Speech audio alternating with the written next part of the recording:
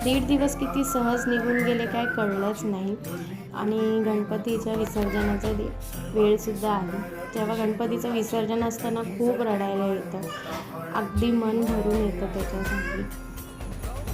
असं वाटतं त्यांनी जावंच नाही आणि जेवढी सेवा करा तेवढी कमीच आहे असं वाटतं. पण काय करणार, मन घट्ट करावंच लागतं.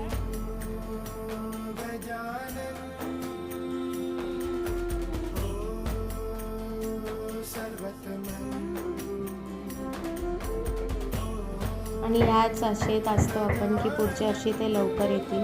आणि जर काही चूक झाली असेल सेवेमध्ये तर त्याच्याबद्दल क्षमा असावी. बाकी गणपती बाप्पा मोरया, पुढच्या वर्षी लवकर या.